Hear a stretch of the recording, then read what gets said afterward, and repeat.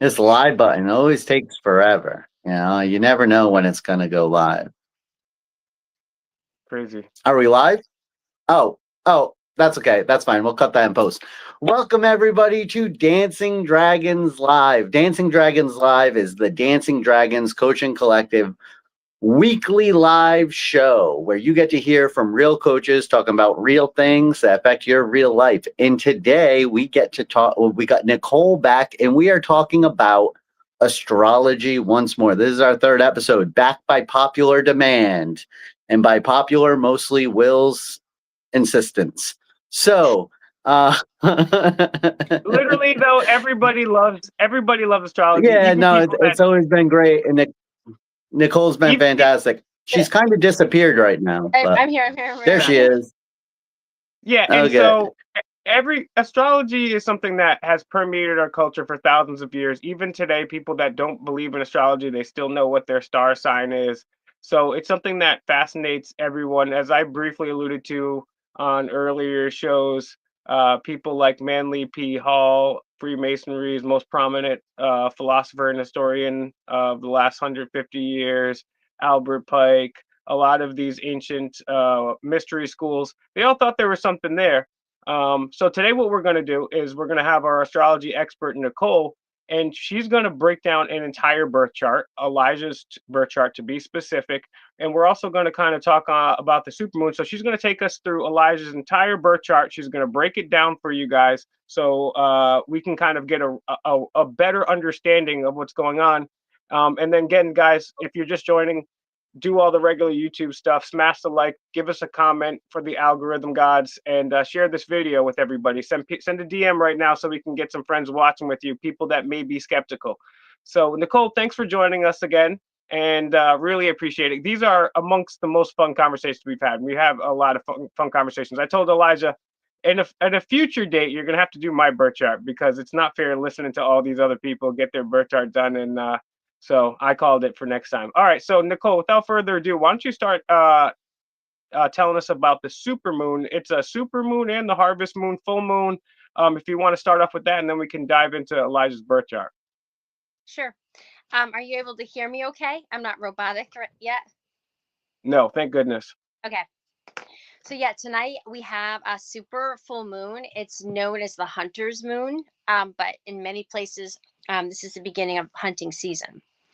And tonight the full moon is in Aries, which is really impactful because a super full moon is going to be felt in a very strong way because a super moon is very close to the earth. That's why when you look up at the moon tonight, and if you can get a chance to look at it, do. It's so beautiful, and it's bright. So when something is very close to us, the moon is close, it has a stronger pull in our life, and we feel it more, and it's emotional.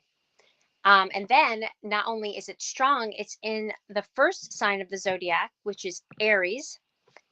And Aries is a very strong, initiating, um, self. It's all about self awareness. So when you have a fire sign and a strong fire sign and a very strong full moon, you're going to have a lot of strong feelings and a lot of strong initiative inside of you. So collectively, and if you're not conscious of what the full moon is doing, you might just have a really maybe a night where you feel very like angry. That's maybe where you're could be unconscious, because sometimes when we have all this fire inside of us and we don't know how to direct it, it can come out as anger. Some of us might feel super emotional. Some of us might feel like going out to the club and like dancing and feeling the rhythm of really intense music. This is just this is a loud moon, and depending on who you are and what your birth chart is, what your imprint is, that will tell a lot about how this full moon plays through you. Um, I hope that made sense. Any questions so far? Yeah, maybe just one general question. Yeah. How so let's say the moon's at a full moon. Let's say it's a hunter moon, but next year it's in Leo or Sagittarius or Cancer. How would that affect us differently instead of Aries as a collective or maybe even in an individual level? Okay. Pardon me. So Aries is all about, the sign of Aries can be about things like taking action, but action that you feel is right, because Aries is about the self. It represents like when you come right out of the womb. It's, hey, I'm here and this is who I am. It's fire. And you cry. Most babies cry when they come out. That's their way of saying I'm here. They take their first breath. It's all about change. It's about self-awareness. And again, self-initiative. What do you want to do with your life? So if it was in you mentioned three other the other fire signs, which I think is interesting, but Sagittarius is about higher knowledge. So if you had a full hunter's moon in Sag, it would be all about like what are you craving to know? There's a drive to have higher knowledge. There's a drive for justice. That's a very um that's as simple as I can explain Sagittarius. I think I said this a few weeks ago. Sagittarius is kind of go big or go home sign. Jupiter is its ruler. So any energy that comes at Sagittarius is really big. And sometimes it can be overwhelming. You mentioned Cancer, which is a water sign. So if we had a full hunter's moon in Cancer, that can be an emotional moon. Something could be happening within your family, a friend's family. Cancer is all about what makes you feel nourished and what makes you feel taken care of. It's kind of a comfort zone. It's all about family. It's the basement of your chart. So it tells me your roots. So if we had a full moon there, something could be culminating in your family sector of your chart, or something that's really meaningful to you, that that nurtures you. Something could be coming up in that area of your life. I'm really trying to be basic and simple here. So I appreciate that too. Yeah, because obviously you could go. It's a deep dive on just one of those influences to begin with. But yeah, let's jump right into Elijah's birth chart and let's find out why he's cooked. I don't know what you mean when you say Elijah's cooked, but I'm so Elijah, I don't have your chart pulled up right now, but I know your ascendant is in Sagittarius, and we were just talking about Sagittarius. So a little bit about the ascendant. The ascendant is how you show up in the world. It's the home sign of Aries, but not everyone's birth chart is going to have Aries on the ascendant. So for Elijah, for your map, you have Sagittarius. And when you came into this world, and I would ask your mom, what was it like when you were born? You know, was it something that was like really impactful? Was it a big story? Because as a Sag rising, Sagittarius makes impact. Sagittarians can be, and I don't mean this in a negative way, but they're, again, if Jupiter rules Sagittarius, you can be self-righteous sometimes. You have really big ideas, and you're not afraid to talk about them. You're not afraid at all to tell people what you represent. I mean, you also have well, you might be seen as someone who has a real quest for knowledge. You're a question asker. You can be interrogating, or you can be, again, being really general with Sag, but you can come off as a really strong personality. Perhaps people might even go to you sometimes for advice, because as a Sag rising with Jupiter ruling that, you can be seen as someone with quite a bit of knowledge. Whether you have it or not, people can Quick see you. interjection here, Nicole. Yeah. Yeah. So I'm a novice layperson trying to follow along. So the Sagittarius is indicative of wisdom, and Jupiter is such a massive planet, so it's like it's blowing up his wisdom, right? Is that Oh, a yes. nice way to say it? You know what? Ooh. And I know, Will, you make connections. I can just tell by how you say things. You're a connector. Mercury must be very strong in your chart, but yes, you're exactly right. Jupiter is such a big planet. It's actually a protective planet, so it's known as a benefic. So any energy connected with Jupiter is going to be beneficial. It expands anything it touches. I'm not saying you don't have Jupiter in your first house, at least I don't think so, but I do know that your ascendant has a relationship with Jupiter, and it's a strong one. So that's gonna exacerbate or highlight even more how you come off in the world. You got a big personality. Does that make Yeah. sense? Talk about that. I'll tell you, like, yeah, I mean, he is a person that is about big ideas.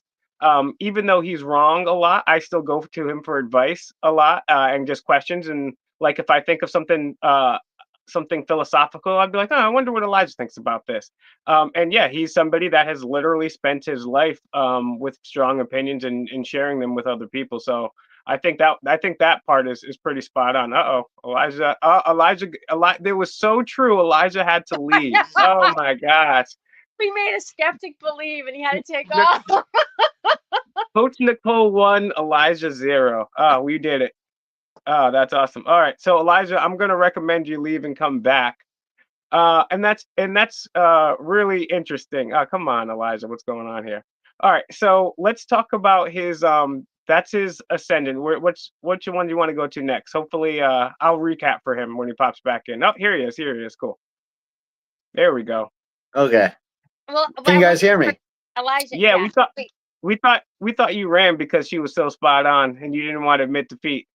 Yeah, it was scary accurate. Scary accurate. I feel like she's like spent a week like stalking me. Yeah, no. It's no. That like a lot of that stuff was accurate. I was kind of roboing out a little bit, and I think I'm doing that right now. No, Got you're some good now. connectivity issues, I guess. You're good. Okay, cool. Yeah, I mean that is actually, and I don't want to put the cart before the horse here because I know it's like down the chart here, and I don't know. I'm not an astrology expert, obviously. In fact, I would say I'm more of an astrology skeptic than anything else. But like down the chart, and I don't know where it is exactly, but I did take notes on it. It says that like I have a real problem with abstract thoughts. Like I don't like them at all. And for me, it's like I feel like that's like the exact opposite of who I am. So it was kind of a strange thing. I forget exactly where it was on the chart. So yeah, But just so everyone at home knows, as I said on the earlier astrology episodes, when I first kind of delved into this, there was two reasons. yeah, it Mainly says I'm sorry, it says Mercury at 23 degrees Capricorn says that I do not like abstract thoughts or ideas. I love that you brought this up. This is really good because so I'm reading one piece of your birth chart, okay? And your ascendant is Yeah. your sun is a big deal. Your moon is a big deal. But then Mercury is a personal planet. Mercury comes just after. So you have the moon, you have the sun, and then you have Mercury, right? So those are your three closest planets. So Mercury also is going to have an impact. Now that I don't know what platform you're on, but Mercury in your chart, it's not your chart ruler. Your chart ruler is going to be Jupiter.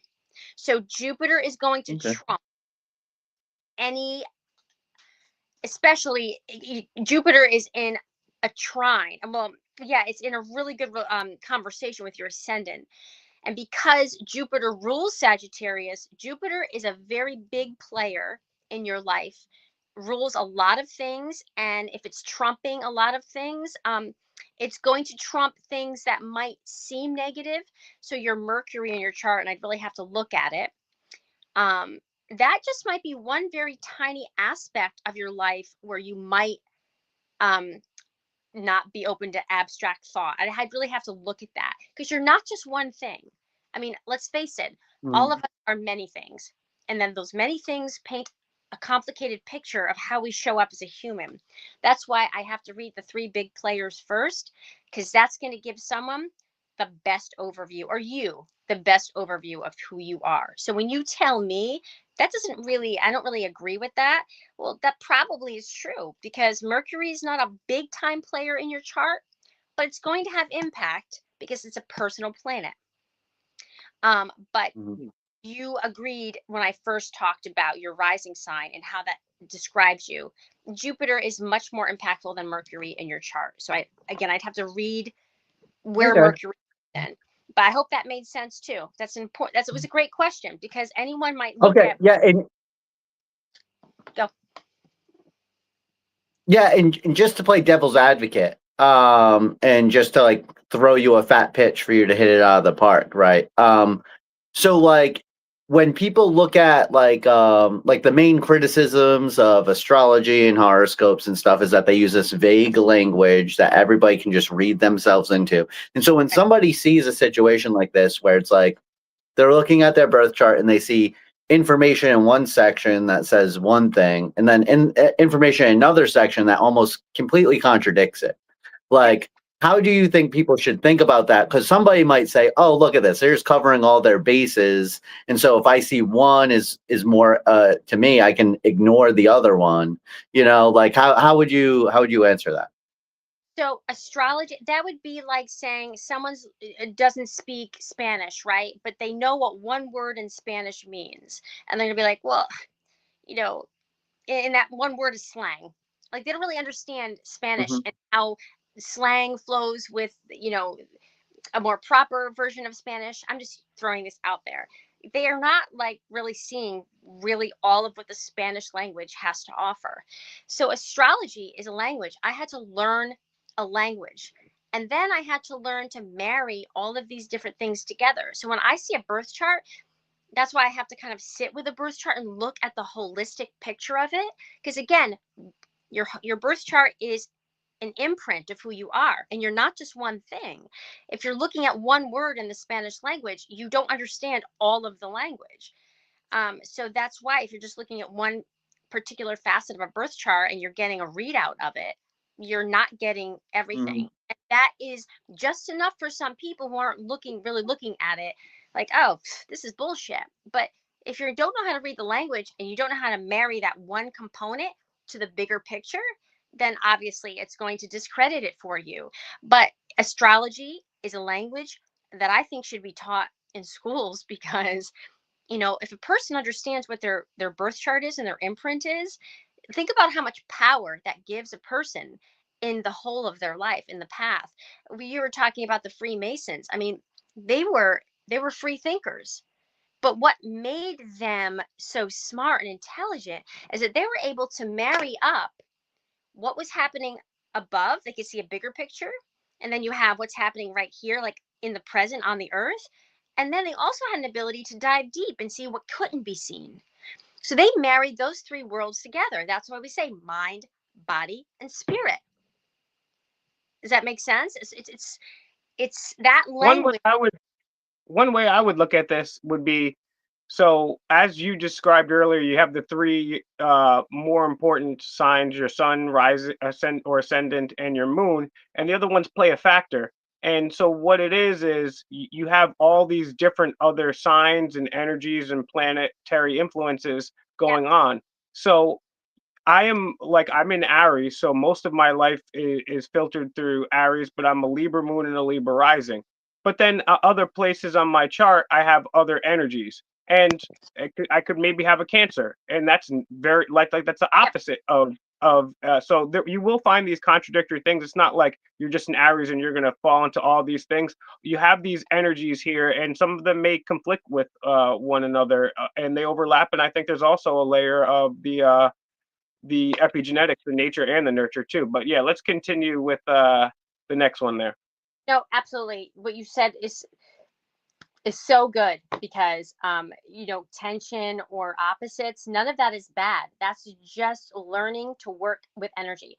As a person, you really are just a bunch of energy, and we all have a different energetic imprint, and we're working with that differently. That's a big topic, but I'm just kind of spoofing off of what you said. If we're going to move on to the next big player in Eli's chart, we're going to be looking at his sun. and his sun is in Capricorn. And Capricorn is ruled by Saturn.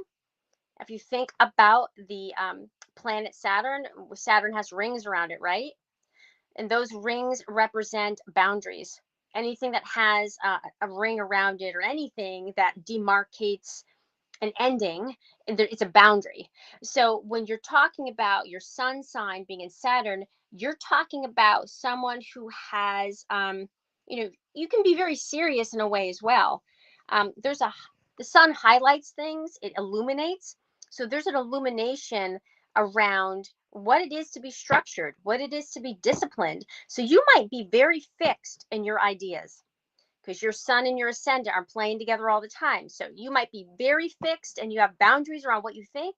And sometimes it might be hard to get out of, you might get stuck in your thoughts sometimes, like, well, this is what I believe, and I'm not going to look beyond that because this makes sense to me.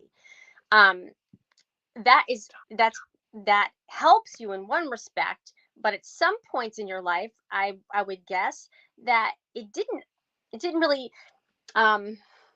it didn't benefit you, because it might have benefited you to look outside of that box or to be a little bit more flexible. So with your sun in Capricorn, Capricorn is such a great sign. It really adheres to what's been built and what came before. It's all about structure. It's about maintaining a sense of focus. Like, I'm climbing this mountain and I'm not looking back. I have to look at what house it's in for you, Eli. And hold on, my phone is about to die, so I need to plug it in because I do not want to lose. Hold on. All right. While you go ahead. Sorry. Yeah, go ahead. Talk amongst No. yourself. Yeah. Okay, Elijah. Yeah, I know you wanted to chime in, brother. Yeah. So I was gonna say, like, all right, so this whole like idea of like being like rigid kind of in my ideas, I think it's an interesting thing because like I like to be sure-footed, right? And in real life as well as like, abstractly, like sure-footed in what I'm doing, right? I like to ground myself in like, okay, I like to be decisive and be like, okay, this is like this and that's like that. But with that said, I would say I'm probably, of anybody I know, have changed their point of views more than anybody I know. Like, I have like, I actively seek like it's like I get into a lot of political debates, stuff like that. And it's like I actively seek people who think like the opposite of me, and I try to like actually disprove the things that I believe like on a normal basis. So it's like I'm very open to changing my mind. But with that said, it's like if I believe I've done enough work to legitimately believe something, I will represent that belief like a stone wall. Like I'll just be like, well, this is it. Go ahead. And now if somebody can start to say some things that's right or like that's convincing, I'm very, very likely to kind of jump on board with that, or at least hear them out. I don't ever block out people who are saying something contrary to me. I'm never like, no, I'm not going to listen to you. Like I actually hear people out probably more than anybody I know. So I don't know, like, how would you square that with what you're saying? Perfectly. I mean, you just described yourself perfectly. So I'm looking at your chart as you're talking. So you mentioned sure-footed. I've got 2%. Hold on.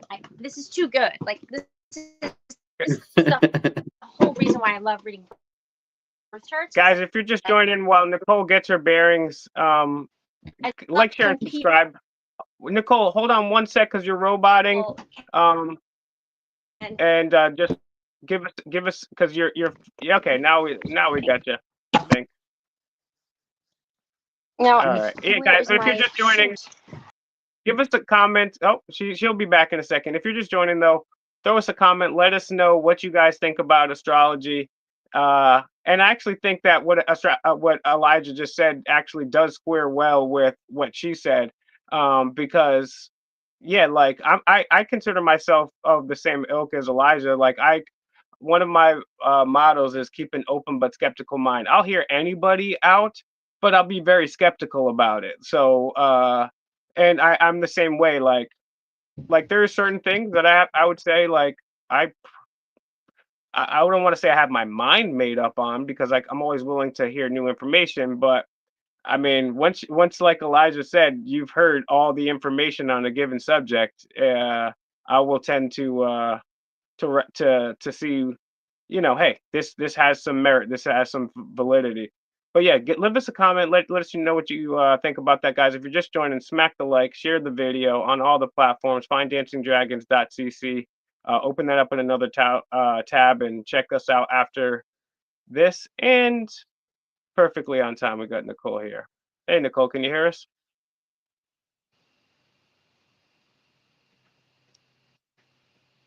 Well, this is interesting too, because I've known Elijah for a while, and I always do people's birth charts, but I never did his birth chart actually. We've discussed and debated astrology privately a number of times, and so it's interesting because I knew his sign, but I didn't know his ascendant sign, and I think it's kind of starting to make sense here a little bit. So maybe we'll figure out Elijah, and maybe one of the things with astrology, us as human beings, like, is we like to put people in boxes a lot, right? And we're like, oh, if this person's not a Democrat, they must be a Republican. Okay, well, you're not. Oh, you must be a conspiracy theorist. Or so astrology is a cool way for human beings to put people into to boxes, but it's also a good way to even if this is all totally bunk, to kind of look at yourself in a self-aware manner and kind of say, hey, what are my weaknesses, what are my strengths, how can I minimize my weaknesses and maximize my strengths. All right, so Nicole, with the major T, she was like, I got 2 minutes, it's so awesome, 2%. So yeah, okay, where were we? Oh, well, again, I was getting ready to call. I was getting ready to call an ambulance. I saw like the phone was like down on the floor. Like, did she trip? I don't know what happened. No, you know what? There's a part of my chart that explains just how friggin' chaotic I am, and really, I'm a little chaotic. But that is, most astrologers have to be a little out of their brains. I just want to go, Will, you said something. And again, I love the way you language things. You tend to like wrap it up in a gift, like, here, this is what it means, and it makes sense. Yeah, astrology is a tool. It just empowers the person. It's We're at a time in our existence where we're learning that nothing is just one thing or the other. That black and white way of thinking just doesn't work for us anymore.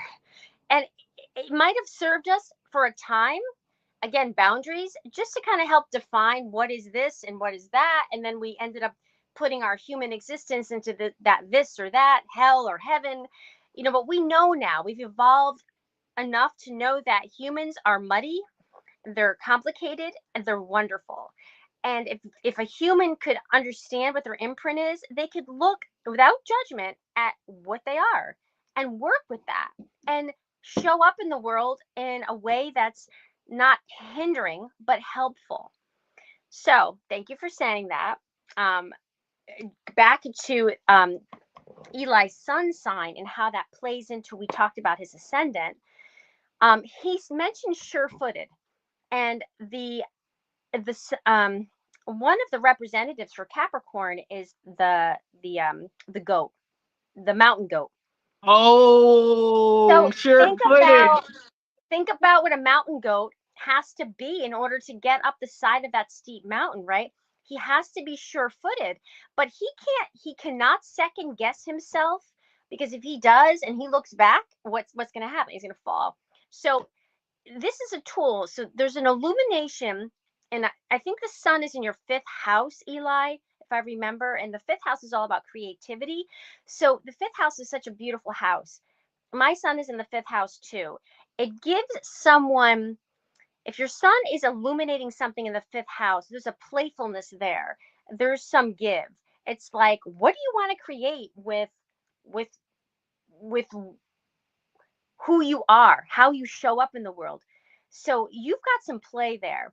So that kind of tells me, when you're talking about like how you might be sure-footed, you want to be sure-footed, but also, you're going to play around with that a little bit. And when you finally find something that makes sense, you could pivot. And you don't pivot with resentment, like, oh, well, I'm not going to, this is what I believe. You're not going to pivot with resentment. You pivot with another way of being sure-footed. Like, I'm taking that on board, and that I'm putting that in my toolbox, and I'm taking it up there. Capricorn energy is going to keep climbing though, and keep learning, and until you get to the top. The beautiful thing about Capricorns is once they get to the top, they have to, like, they go back down because they want to share everything they've learned with everybody they know, because Capricorns, and I'm a Capricorn as well, love to be teachers. They love to impart knowledge because they've been up there, they've seen the bigger picture. And with that energy coupled with that Jupiterian big picture energy, Eli, you have such a talent for wanting to learn in order to teach. Would you say that you have a And I'm gonna interrupt you, Nicole, too, just quickly for all the naysayers out there. People say, "Well, everybody likes to learn, or everybody," but it's not the same. If this was a Cancer, that's not big at with them at all. So like this is actually a very specific Capricorn thing. So yeah, just I'm sorry to interrupt. Eli is, and sometimes our sun sign, we have to kind of grow into our sun sign. So when Eli was younger, he might have been seen as a know-it-all, and maybe his energy might have been a little overwhelming at times, because he had a lot to say. But that Capricorn energy is very mature. I don't know what degree your sun is at. That would, you can really get specific and nuanced in a chart, but again, I'm just doing basics. So with that Capricorn sun, as he gets older and matures, uh, he's going to take actually what he's learning and knowing, and he really is going to be able to teach and impart knowledge that's important. Eli, you have a gift, whether you're using it now or not, maybe you're just playing around with it right now, but you're creating something within yourself that is going to be very important in order to teach or impart knowledge. That is very general, but I haven't read your moon yet. That'll have some impact on this. But would you say that you have a passion for teaching or showing?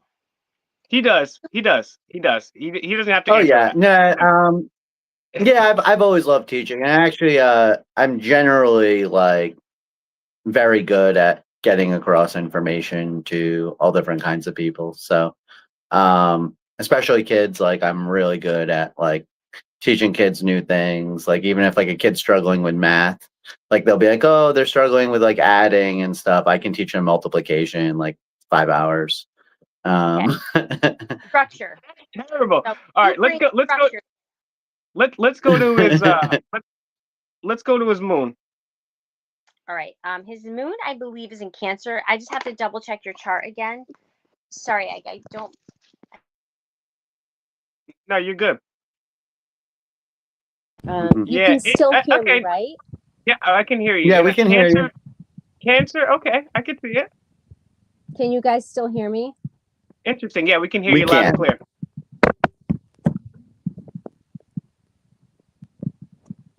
Let's see.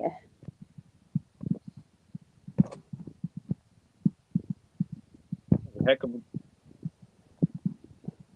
So, Oh yeah, and I'm yeah. gonna, So this one, I got the Phoenix one. while Nicole's getting that ready, I'm gonna just, and Nicole, okay, cool. Nicole, Okay. correct me if I'm wrong, but the moon, the moon is kind of like a lens for your perspective on how you view the world and emotions. Is that correct? Yeah, your moon is going to tell me about your emotional body. It's going to tell me about what your mom might have imparted on you. It's going to tell me where you go when you do feel emotional. The moon can also represent volatility in your personality, depending on where it's placed. So I took a quick look at Eli's moon. So Eli, you have your moon in Cancer, which is the home sign of the moon. So your moon is well placed.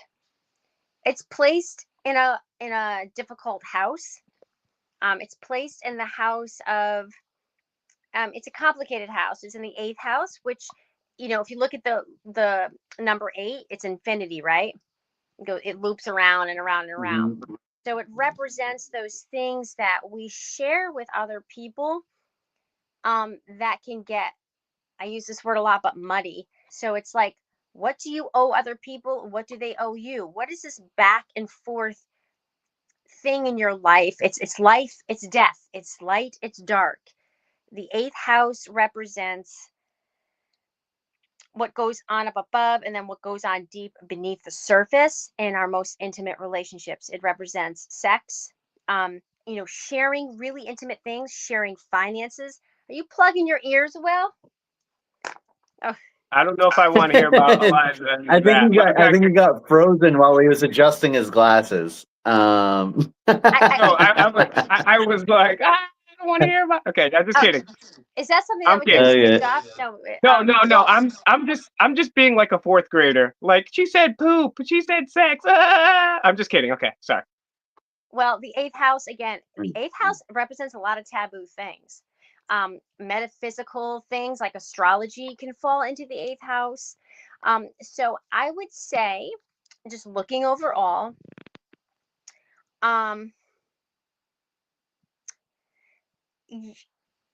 let's start basic. So your mom, with your moon in Cancer, your mom was probably very nurturing.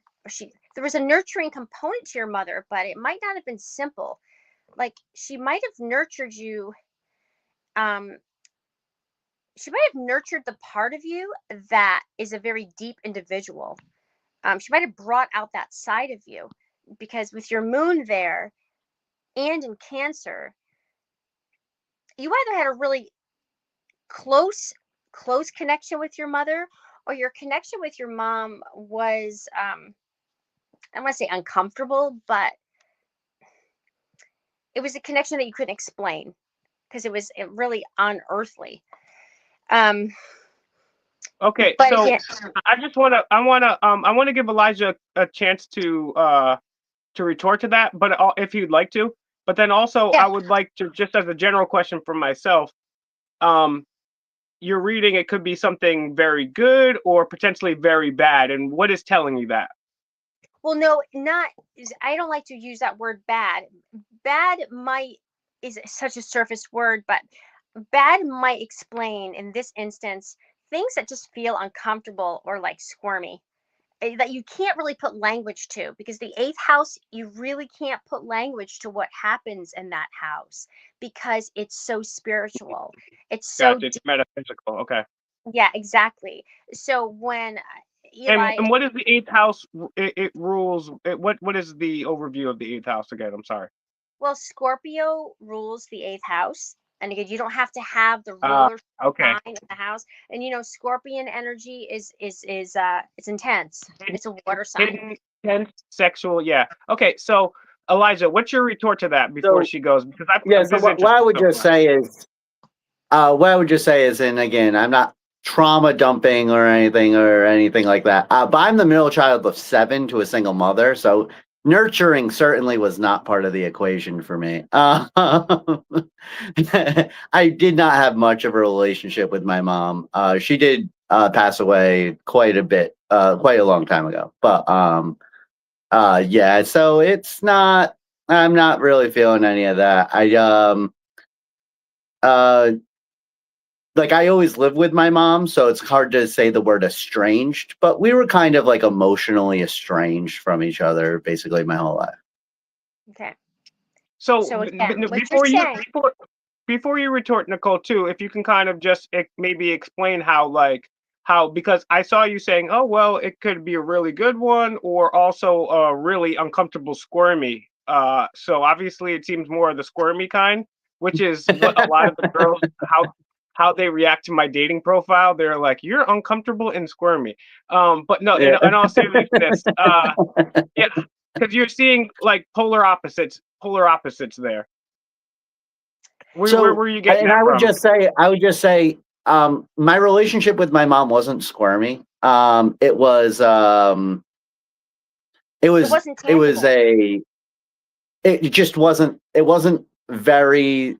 very much there. Right. My mom would work. She'd come home from work. I would go upstairs so that I wouldn't have to be around her, just kind of disappear. It wasn't anything personal about her. It was just I'd rather just not. My mom was always stressed out because she was a single mother of 7 kids, so you don't want to be next to the stressed out person who's yelling and stuff like that. So, that was basically my relationship with my mom. Wasn't very squirmy. It was just like, whatever. I loved my mom. I was very sad when she passed away. I cried about her being dead like last week. I wasn't bawling my eyes out, but I got some tears in my eyes, so it isn't like I had no relationship with my mom, or I hated her, or we were awkward or anything like that. It wasn't, as far as motherly relationships go, it wasn't like, it wasn't very intense, we'll say. uh, Yeah. So again, so the eighth house is a really complicated house. It's hard to interpret what things mean in that house because it's not tangible. So when you tell me that your mom was present, but not really emotionally present, she was a presence in the house. But there was not a tangible part of your relationship that you could be like, oh yeah, this is what my relationship was like with my mom. It's just like she was there. I know you say it's not squirmy, but as a kid, if you exited the room more than you chose to stay in the room, there was a squirminess as a kid, not because your mother was bad, but because your mom didn't nurture in a way that you might have needed. So you intuitively understood. And again, a moon in the eighth house is intuitive. It's not uncomfortable. Well, I'm sorry, I retract that. The moon doesn't like to be in Scorpio because the moon is up here and it's moving quickly. And Scorpio energy, even though Cancer's in that house, is in the house of Scorpio, there's a depth there that the moon doesn't quite want to see because the moon is all about emotion. So as a kid, you didn't really want to experience your mother as a non-nurturing being because most kids look to their mother for nurturing, whether you're aware of it or not. That's what we do. That's our first experience of nurturing being. So there's an uncomfortableness there as a kid that whether you can language it or not, and again, the eighth house has no language, it's just emotion, but it's deeply felt emotion, and it's fixed. So it runs deep. It's in the DNA. That's what it is. So when you tell me your story, and that's why I started out saying the eighth house is a hard house to interpret until you tell me what your experience was with your mother. And this is just one piece of the eighth house for you. I can't interpret that personally. I'd have to look at who the moon is talking to. So if I looked into your chart right now and your moon is talking to Mars or Saturn, if the moon has a relationship with Saturn, Saturn represents limits and sometimes can be very cold. So that would tell me a story about your mother. She might have been cut off. She might have had boundaries around expressing emotion. But I can't see any of that right now because it would just take too much time. And just Nicole, just to kind of make sure everybody knows this, and correct me if I'm wrong, but the maternal aspect of the moon is only one part of the moon's influence on your life as well too. Oh, absolutely. Yeah, it's an important part. Don't get me wrong. It's very important because actually the moon the moon, our emotional life, and especially for a man, because men in general, up until this point of our evolution, have been taught to suppress emotion. It's not always comfortable for a man to express emotion. And it might be for one of you. I don't know. For Eli, perhaps. Hey, what are you trying to say? I'm trying to say that. You're about to open up a whole nother can of worms, Nicole. No, the way she said it was kind of like a sarcastic dig, and she's like, maybe you guys are the expressive ones. I did like, she kind of like sarcastically looking down. I don't know you well enough. I'm just teasing. I would say for Eli, to have your moon in Cancer where it feels at home is amazing. But then it's in the eighth house where it feels uncomfortable. So it's like, Eli, I would say emotion is something that you feel easily, that you're aware of it. But when it comes to expressing the emotion and making it part of your everyday being, that might be quite difficult because Girl, you are so right. I've been waiting for him to open up to me, and it's like a stone wall, like he said. My heart is feeling like a stone wall. but he has, I mean, there's I Mm-hmm. don't know if you would agree with me, Eli, but you definitely have an emotional life that's very rich, that's very you know, you I can go off that one thing you said about your mom. You just cried about your mother. You know, you do express emotion, because some people would just like they truncate it, so that doesn't find an outlet. But for you, even though that outlet is very private, and I know this probably sounds like a general statement. I hate to sound general in my astrology readings, but I just can't go any deeper right now. Um, because your moon is in Cancer, it wants to express the emotion, but in the eighth house, there's just you know, there's a squirminess there to express it openly. Um, Very Okay, general, and you know but what? I would say this. I would say this. I would say this. When I was younger, I very much struggled showing any kind of emotions and stuff like that. Now that I'm older, I feel like I express it exactly the right amount. Like I really feel like I'm like right there. And by the way, I just want to give a shout out to my kings out there. Don't let women tell you that you need to express more emotion. No, no, no, no. Be a real man Like and this whole suppress it. emotional intelligence listen. stuff. We'll do a whole Oh my video on God, emotional intelligence. I, But that I whole think we need to thing have a is just podcast on them that. trying to get men. That whole thing is just them trying to get men to express emotions like women. Don't do it. You don't have to act like them. Don't do it. Okay. If Stay something, strong, kings. You don't need to show them an emotion. You don't owe them that. Your emotions are for you. Okay. overdo it. Anyway, I just wanted to shout that out. If you have emotions, do like I do.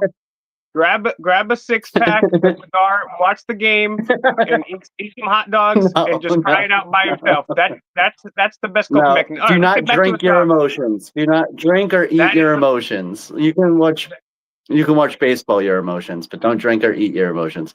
Anyway, I'm sorry to digress. I just wanted to say men get that all the time, and it's terrible information for men. Do not feel forced to share your emotions. It is not better to overshare your emotions than to undershare. Oversharing your emotions is a much worse thing to do than to undershare your emotions. Don't. All right. I'm gonna So tell you. So there you I did not. I obviously did a terrible job go. at languaging what I meant there. So I'm going to tell you that I actually agree with you, Eli. And that is not to say that I agree that men should shut their emotions down. What I was trying to say, and did not say very well, obviously, but I appreciate your response, is that I think men have been cheated in many ways the ability to actually be aware of their emotional life. And sometimes when we don't have awareness, because our emotional body is very important. So let's talk about how important the moon is, right? The moon has impact on us every fucking. It's okay. You can say the F word. I like that. I love. There's 2 studies that have been done to show that people that swear are tend to be more truthful. So there's a correlation there. So yeah, keep rocking it, Nicole. You're good. You can All drop the right. F bomb. Okay. And I'm Yeah, really yeah. No, passionate that's about fine. I this was just subject. surprised. Yeah, I was. It was more of a shock to me than the censorship. I was like, wow, she just said the F word. Go ahead, Nicole. Sorry. You should ask Wayne how often I put that word down. He doesn't like that word, but that makes me say it more. I'm like, I'm sorry, that word is awesome. I don't say it a ton, but it does have a way of it's an It outlet. does accentuate your point really well sometimes. Yes. Yes, it does. It's a good word sometimes. But now we've obfuscated it by talking about the F word itself. So, what was your point again, Nicole? Can you start from the beginning? All right, there Yeah, you go. I really wanted to tell you I appreciate your response to what I said. My words did not represent what I was trying to say very well. I probably said it quickly. So I wanted to agree with you. I do not think that, you know, just because I think men should be more in touch with their emotional life does not mean I think that they should be blubbering and sharing their emotional life in a way that has no boundaries. Because women kind of absorb the role of being emotional, we go overboard, and then that's not good either. So for men specifically, staying on that topic, I think if men are more in touch with emotional life, not necessarily meaning they have to be emotional all the time, but if you're more in touch with your emotional life, you are actually more able to connect with the feminine side of life, which is inherently emotional. So that if you can understand women more or empathize more, there would not be such a disparity. Again, let's go back to that black and white. There would not be such a disparity between male and female. There'd be more of a bridge and an understanding, which would only impact our relationships in a positive way. So, women taking on the role of having to be emotional go overboard, and we make ourselves sometimes look silly because we're just like, we make no sense. We can't. And I'm going to raise my hand because I've been this too. Our men can take, they absorb the role of being icy and like, listen, I compartmentalize everything, and when I get emotional I watch a sport because sports are organized and I can just fuel all my emotion into that. It makes sense She for gets me. She gets me. Neither are good or bad. It's just sometimes like you can eat too much chocolate and get an upset stomach, and it's like, yeah, chocolate's good, but like you just, if you go overboard on it, you get sick. It's like anything else. Your energetic expression needs balance as well, and unless you're aware of where that balance lies for you, your life will be, you're going to find there's going to be an expression that's not healthy, and that will manifest as anything. I mean, who knows? It could be an illness. It could be, people judge you because that guy's never emotional. Don't go near him. He's a playa, because he doesn't understand women. And that happens. And that's a real thing that happens with people. I would love So to make a Nicole, podcast. if I could just respond real quick now.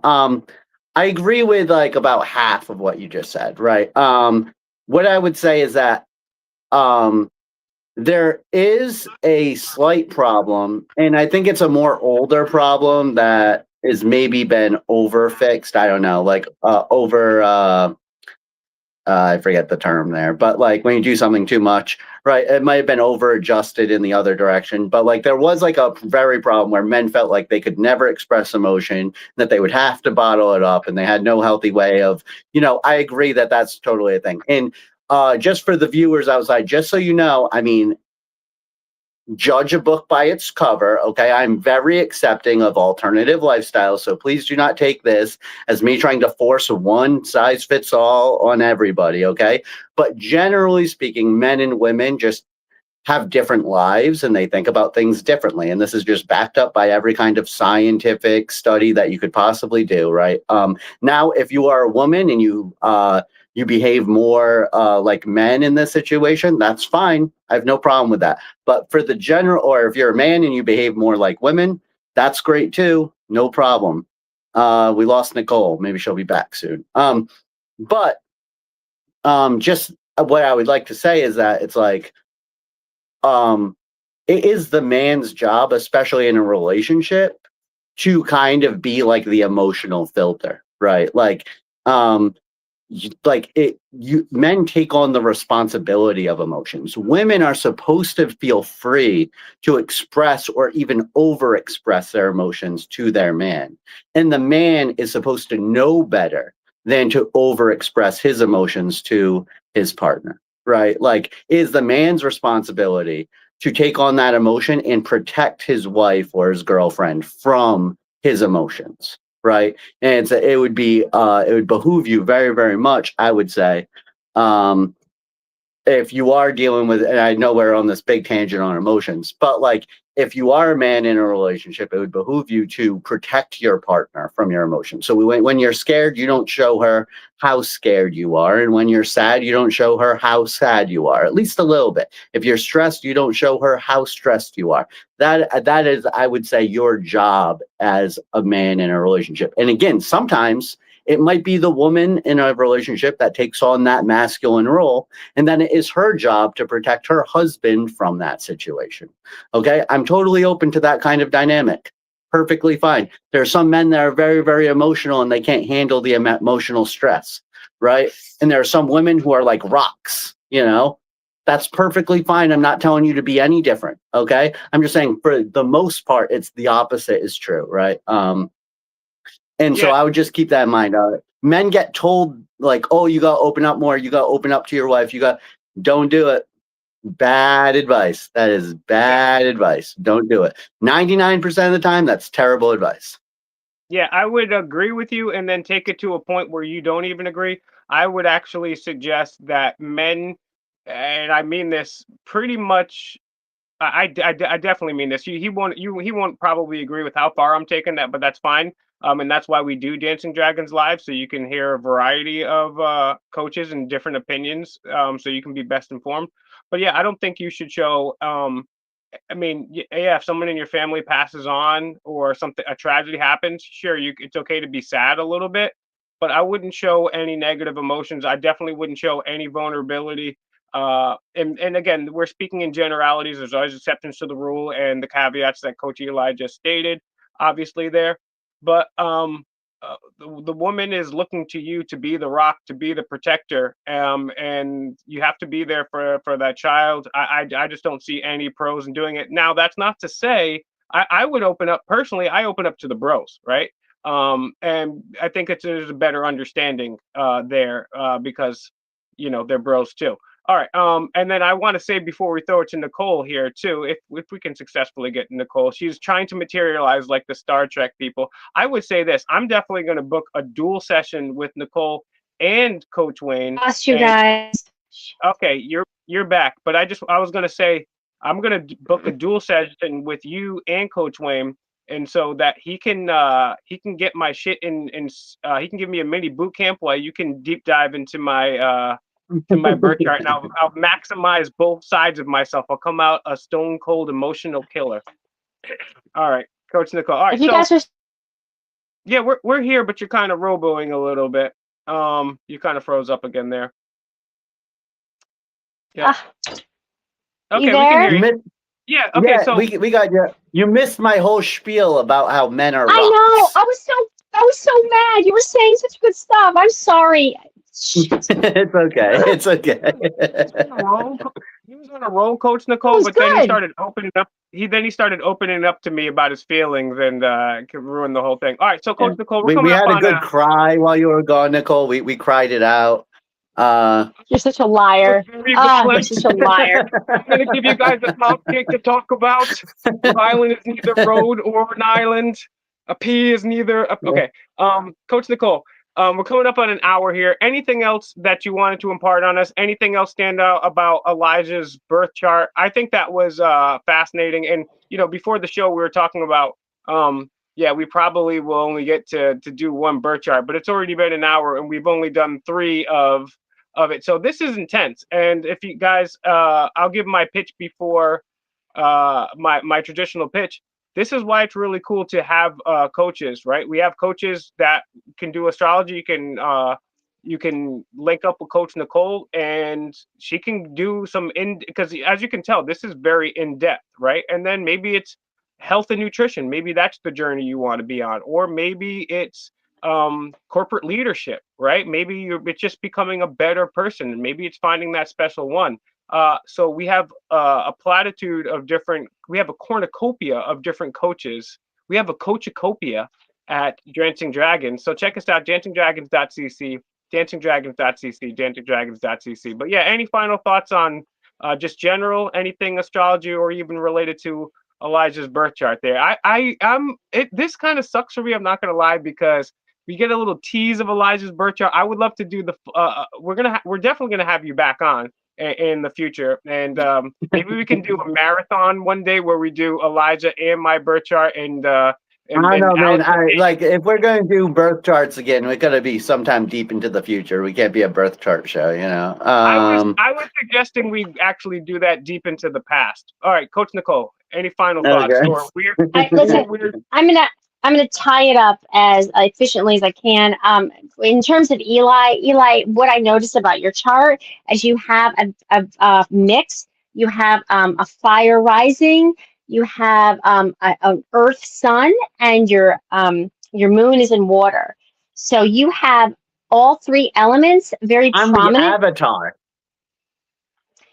I mean, it's not everyone has all three elements represented and three of their So biggest parts.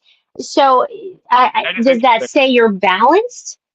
Overall, I could look at it. You could say you're balanced, but I have to look at other things in your chart. But I think that's interesting that in things are at home in your chart. Except, of course, the sun does not like to be in Capricorn because Capricorn is in the wintertime when it's cold and dark. So your sun is a little uncomfortably placed, but it's actually in a house that it loves to be in. It's in the fifth house. So you actually have a very balanced chart in terms of where things are placed. So there's relationships in your chart that are happy. So overall, even when you're struggling in life, there's something in you that can balance out that struggle. You if you dig deep enough or you know yourself well enough, you can generally pull a tool out of your toolbox, which is really well.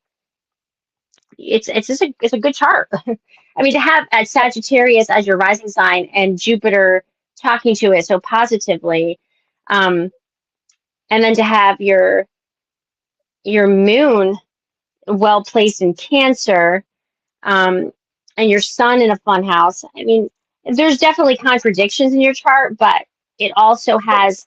What I'm trying to say is when you have a struggle in your life, there's something within you that can balance that out, and you're able to find it for the most part, which can keep you relatively balanced on the outside. Um, in terms of coaching and astrology, I think that's what you said, Will. Uh, Oh no, I, I actually was curious too. Is it rare to have someone that has the three different signs in the three major parts, or is that not rare? Because that, I mean, not the three different signs. Pardon me, the three elements in each of their three major rising, ascendant, well, rising, sun, and moon. yeah, I mean, I've seen charts where the sun, moon, and ascendant are all in one sign, and that can create an imbalance. So it might be harder for that individual to pull and balance themselves. They can get really sucked into that one hard energy. But for Eli, he's got tools in his toolbox. So the more self-aware he is about himself, the more he's able to balance, find something within himself. When things get challenging, Eli's got things at his disposal that might be more So on the it's funny surface. that you say that. It's funny that you say that because and again, like, although I am painting myself as the resident skeptic here, right? Like I will always give credit where credit's due, right? So it's like it's really interesting is like whenever I take like one of those personality tests or something like that, like I'm always right down the middle on all the categories. Like it's like Yeah. I'm equally like P and J. I'm equally I and E. I'm equally like I forget all the different ones, right? But like it's like sometimes I'll be like way more E than I. Like I kind of like go back and forth between all of them. It's kind of weird. So that is interesting that I have like the balance thing going on in my chart. That tells me that you're here to challenge things. So someone who has an inherent sense of balance may be here to challenge things. And that's good because like actually right now at this particular point in our evolution as humans, because humans evolve and change, that's why history evolves and changes. We have to have individuals here who are willing to challenge the status quo. And the status quo is normally kind of balanced, whether it's outwardly or on paper, but we need people to challenge the things that we've been living comfortably with, because that is the very thing that creates change. So, Coach Eli, you would be really great. You would bring a sense of antagonism to something that needs it. Because sometimes so many of us just get so comfortable, and that might actually be our problem. Like we're just so comfortable, and that's creating a barnacle in our life because you don't want to Coach be comfortable Nicole, all the time. You want to be Coach challenged. Nicole, Yeah. that's why he's my friend, is because he does that, right? And amongst the other things that you mentioned there, for sure. Um, I think this is a great topic. So what we're going to do is we're going to take a 5-minute break, and then we're going to go live for 9 hours while she details every aspect of my birth chart. Grab some snacks. Just kidding. Just kidding. No, but yeah, if you guys want to learn more about your birth charts, find us at DancingDragons.CC. Like I said, maybe it's health and wellness. Maybe it's something completely different, relationships. Maybe you want to have success in the business world. Whatever you want, we're packing at DancingDragons.CC. DancingDragons.CC. DancingDragons.CC. I want to thank Coach Nicole again for joining us. It sucks that we have to let her go because I didn't even get my birth chart yet, but it's really cool. Coach Will, I'll do it. I'll do your chart, even if you want to just touch base with me privately. I want to say thank you, Eli, for letting me delve into something so personal. I'm always honored to read someone's personal imprint. It is not about me. I just know the friggin' language. That's all. I just interpret and I get curious. That's what I do. So thank you for giving me that opportunity. And Will, I would love to have the opportunity to read your chart, only because I've already got it kind of making sense in my head based on how you show up. No judgment, but just I'm learning to interpret people like that. So thank you. This has been a pleasure. Fun fact for people at home that haven't seen Will's birth chart is that he's a nerd rising. So anyway, guys, it was very nice talking to everybody. Thank you very much, Nicole. These 3 episodes that we've done with you have been fantastic. Really enjoyed them. If you want to know more about astrology, you can go to DancingDragons.CC. We got a bunch of coaches that do that. If you want to know more about anything, let's say you watched this whole show and said, yeah, Nicole is like totally off of a rocker here. You know, I want to go do a business coach or something like that. We got that too, DancingDragons.CC. If you saw this whole thing and you're like, hey, man, I really want to find, like, you know, we're talking about astrology. Whenever I think of astrology, I think about finding a girl, finding a significant other. You need that? We got that at DancingDragons.CC too. Right. So check it out. Relationship coaching, career coaching, leadership coaching, character coaching, astrology coaching. We got the whole gambit. We have somebody who does numerology. We got all kinds of stuff. So any kind of coach or mentor that you need, you can find it at DancingDragons.CC. The CC stands for Coaching Collective, so that you can remember it. Now, I just want to say thank you, everybody, for watching. And as always, be excellent to each other.